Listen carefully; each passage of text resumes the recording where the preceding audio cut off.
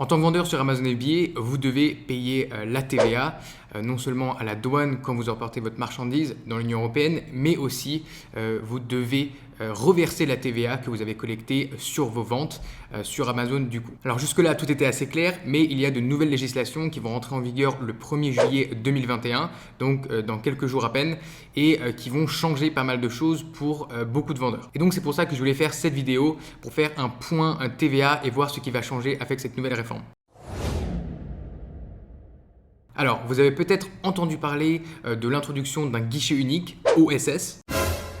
Plus sérieusement, quel va être l'impact de cette réforme sur votre business et qu'est-ce que vous devez faire pour rester dans les règles et éviter toute mauvaise surprise. On va commencer par voir quelles sont les règles qui changent et puis je vous donnerai plusieurs exemples concrets pour vous aider à savoir ce que vous devez faire dans votre cas. Alors concrètement, le plus gros changement ici, ça va être ce qui concerne les ventes à distance entre les pays européens. Alors juste pour qu'on soit clair sur la terminologie, vente à distance, ça signifie que vous vendez dans un pays depuis un autre pays. Donc par exemple, vous avez du stock en France et vous vendez à un client en Espagne. Donc dans ce cas-là, la commande a été expédiée depuis votre stock en France, dans un entrepôt Amazon en France, à un client espagnol et donc ça compte comme une vente à distance. Alors concrètement, dans ce tableau, qu'est-ce qu'on y voit? Eh bien, on voit que le seuil de vente à distance pour les entreprises qui sont basées dans l'Union européenne est passé à 10 000 euros pour tous les pays d'Europe, donc pour tous les pays réunis, ce qui est vraiment une grosse différence car avant, le seuil était de 35 000 euros à 100 000 euros par an et par pays. Donc 35, c'était environ la plupart des pays d'Europe et il y avait quelques pays dont l'Allemagne qui était à 100 000 euros. Et donc voilà, avant cette réforme, vous pouviez continuer à payer la TVA dans le pays principal, dans votre marketplace principal, là où vous aviez du stock, par exemple en France, et vendre jusqu'à 35 000 euros par exemple en Espagne, vendre jusqu'à 35 000 euros en Italie et même jusqu'à 100 000 euros en Allemagne. Et pour les entreprises en dehors de l'Union européenne, il n'y a carrément plus de seuil de vente à distance. C'est-à-dire que vous devenez redevable de la TVA dès votre première vente à distance dans l'Union européenne. Donc c'est extrêmement contraignant et les implications de tout ça, eh bien, ça signifie que techniquement, vous êtes désormais assujetti à la TVA dans chaque pays de l'Union européenne où vous vendez, que vous stockiez ou non des produits dans ces pays. Et donc le problème, c'est que en théorie, cela nécessiterait un nombre très élevé d'immatriculations à la TVA pour certaines personnes qui vendent dans beaucoup de pays. Et donc, c'est pour cette raison, c'est pour contrer du coup cette nouvelle réforme que l'Union européenne a créé un système, ce fameux système OSS ou One Stop Shop qui en français veut dire le guichet unique. Donc en fait, ce guichet unique vous permet de payer la TVA sur vos ventes à distance justement via une seule interface en fait. Donc vous devez vous y enregistrer depuis votre pays d'établissement. Donc par exemple, si vous êtes basé en France, eh bien vous devrez vous enregistrer au OSS, donc au guichet unique en France. Et en fait, du coup, ce guichet unique OSS va répartir la TVA entre les pays qui sont concernés. Et ce qu'il faut savoir à propos du guichet unique, de l'OSS, c'est que c'est optionnel, vous n'êtes pas obligé de l'utiliser. Par contre, sachez que si vous ne l'utilisez pas et que vous êtes au-dessus de ce seuil de 10 000 euros de vente à distance au total sur tous les pays en Europe, eh bien, vous devez vous enregistrer à la TVA dans tous ces pays-là et ça va être une autre histoire pour les entreprises en dehors de l'Union européenne, mais ça je vais revenir juste après. Donc concrètement, si vous êtes une entreprise dans l'Union européenne aujourd'hui, eh bien il va falloir respecter certaines règles, c'est-à-dire que vous avez deux options en fait. Soit vous évitez de franchir le seuil des 10 000 euros de vente à distance totale, donc ça c'est une option possible, ou alors vous pouvez choisir de vous inscrire à l'OSS dans votre pays d'établissement et du coup déclarer en fait vos ventes à distance sur ce système, payer la TVA à travers ce système et encore une fois vous ferez ça dans votre pays d'établissement. En revanche, si vous êtes établi en dehors de l'Union européenne, vous n'avez pas accès à ce guichet unique parce que vous n'avez pas de pays d'établissement dans l'Union européenne. Et donc là, c'est quelque chose d'un petit peu particulier qui va se passer, c'est Amazon qui va en fait être responsable de collecter votre TVA. Et en fait, Amazon va avoir une sorte de guichet unique sur lequel vous allez pouvoir déclarer eh bien, la TVA sur vos ventes à distance. Alors attention, ça ne veut pas dire que vous n'avez pas à vous enregistrer la TVA, ça ne veut pas dire que vous n'avez pas à déclarer votre TVA dans les pays où vous avez du stock. Cette règle ne change pas. Si vous avez du stock dans un pays, voilà, l'introduction du guichet unique OSS ne change absolument rien. Si vous avez du stock en France, si vous avez du stock en Allemagne, Amazon ne se chargera pas de déclarer la TVA pour vous, mais ça sera simplement sur la partie des ventes à distance. Donc en fait ici Amazon vous fait une fleur entre guillemets, c'est-à-dire que Amazon s'inscrira pour vous à l'OSS et vous pourrez déclarer toutes vos ventes à distance là-dessus au lieu de devoir vous inscrire dans tous les pays où vous faites la moindre vente à distance. Alors je sais que tout ça peut être beaucoup d'informations à digérer, donc je vais juste prendre quelques exemples avec vous pour vous expliquer un petit peu selon votre situation. On va prendre plusieurs scénarios ici, donc j'ai préparé 4 scénarios qui vont être, on va dire, les plus communs et je pense que vous allez pouvoir vous y retrouver avec ces scénarios. Donc dans le premier scénario ici, vous avez une entreprise en France assez classique, vous avez du stock dans les entrepôts d'Amazon en France, donc ici vous avez besoin d'être enregistré à la TVA en France, donc ça c'est pas sur le guichet unique, c'est vous êtes enregistré à la TVA en France, vous déclarez et vous payez votre TVA, point barre. Donc ça ne change pas. Ensuite, là où ça se corse un petit peu, c'est vous faites des ventes à des clients en Allemagne et en Espagne depuis votre stock en France, donc pas depuis des stocks allemands ou espagnols. Donc ça veut dire que vous faites une vente à distance. Alors maintenant, on a ensuite deux options. La première option, c'est que vos ventes à distance totales, donc en Allemagne et en Espagne, ne dépassent pas le fameux seuil des 10 000 € par an. Et donc, vous n'avez rien à faire, vous paierez la TVA sur toutes vos ventes aux autorités françaises. Voilà. Donc là, on reste un petit peu sur le même schéma qu'avant. Par contre, si vos ventes à distance totales sont supérieures à 10 000 € par an, en Allemagne et en Espagne par exemple, eh bien là, vous avez deux options. Vous pouvez vous enregistrer à l'OSS, donc au guichet unique depuis la France.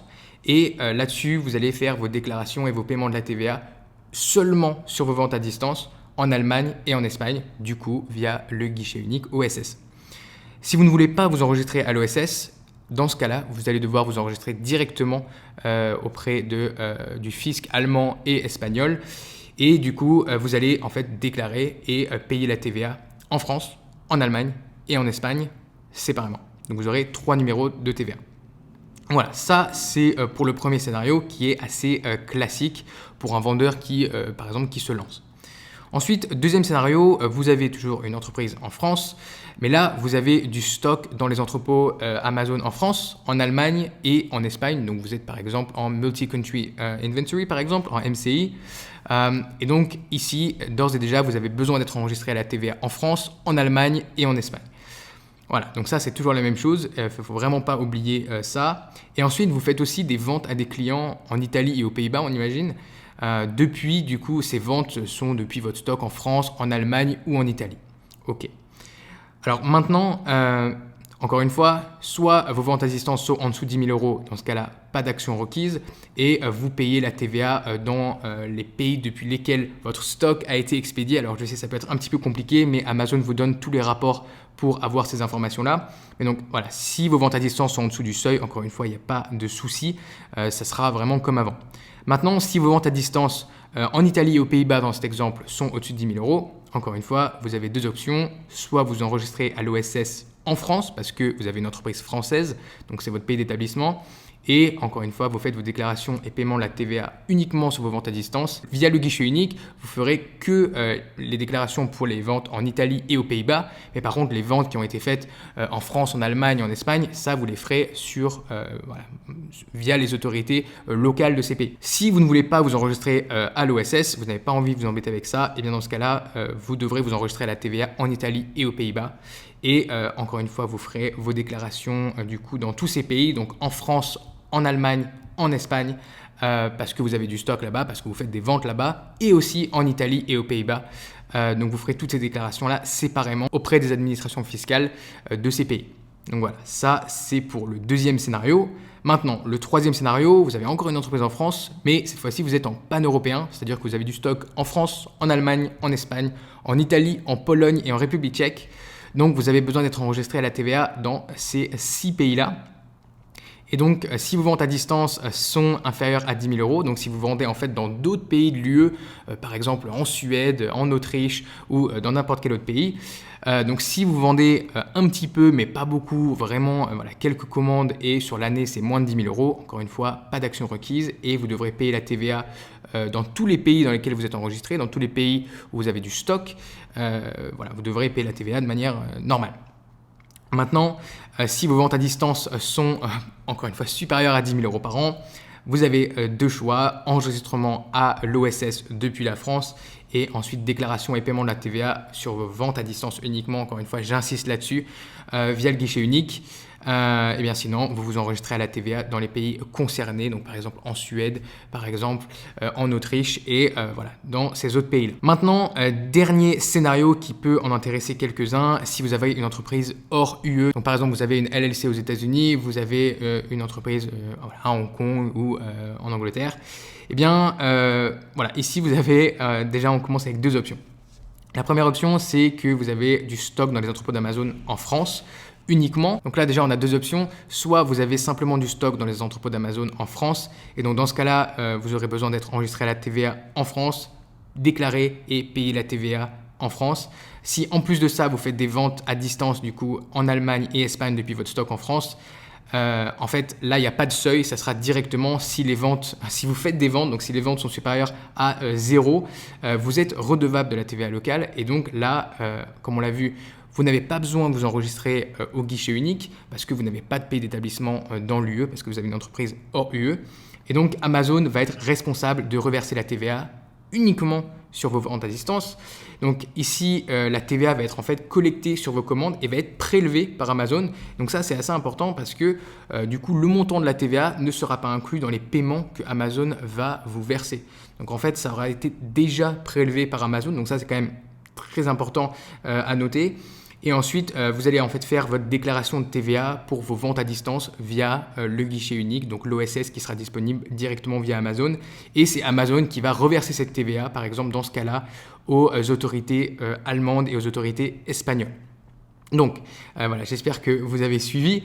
Et maintenant, deuxième solution, par exemple, vous avez toujours cette entreprise hors Union européenne, mais vous avez du stock dans les entrepôts d'Amazon dans d'autres pays, en France, mais aussi dans d'autres pays. Alors là, encore une fois, la même règle s'applique. Vous devez être enregistré à la TVA dans chacun de ces pays. Si vous êtes en pan-EU, vous devez être enregistré partout, même si vous avez une entreprise hors UE. Donc, pour ces pays-là, pour les pays dans lesquels vous avez du stock, vous devrez déclarer et payer la TVA dans tous les pays.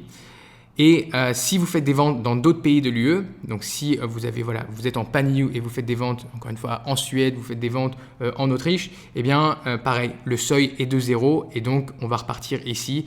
On va repartir sur Amazon en fait qui s'occupera entre guillemets de collecter la TVA pour vous, de la prélever et vous ferez vos déclarations de TVA sur le guichet OSS d'Amazon. Et juste avant de finir, un mot sur le Royaume-Uni. Depuis le Brexit, c'est totalement à part. Donc si vous voulez vendre sur amazon.co.uk, donc la plateforme britannique, vous devez absolument avoir du stock au Royaume-Uni et être enregistré et déclarer et payer la TVA au Royaume-Uni. C'est maintenant totalement dissocié de l'Europe.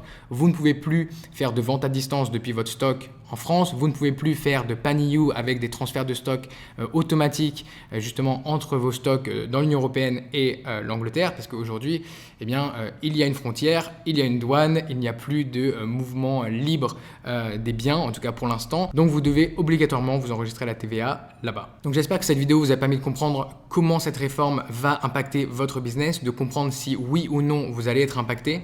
Et aussi de savoir quoi faire si vous êtes dans telle ou telle situation parce que vous voyez qu'il n'y a pas juste une règle pour tout le monde, c'est dépendant de votre situation, eh bien, vous allez devoir vous enregistrer à l'OSS ou non. Je sais qu'il y avait beaucoup d'informations dans cette vidéo, c'est pas forcément toujours facile de s'y retrouver dans ces histoires de TVA. Donc je vous laisserai la mind map dans la description, vous pouvez la retrouver, vous pouvez aller la regarder pour regarder un petit peu ces scénarios et comprendre ce que vous devez faire dans votre business. Si vous avez apprécié cette vidéo, n'oubliez pas de mettre un gros pouce bleu et de vous abonner à la chaîne pour plus de contenu sur comment lancer votre business et comment gérer votre business Amazon FBA. Si vous avez des questions, n'hésitez pas à me laisser un commentaire juste en dessous de la vidéo, je lis et je réponds à tous vos commentaires. Sur ce, je vous dis à très vite pour une nouvelle vidéo sur Liberté Digitale.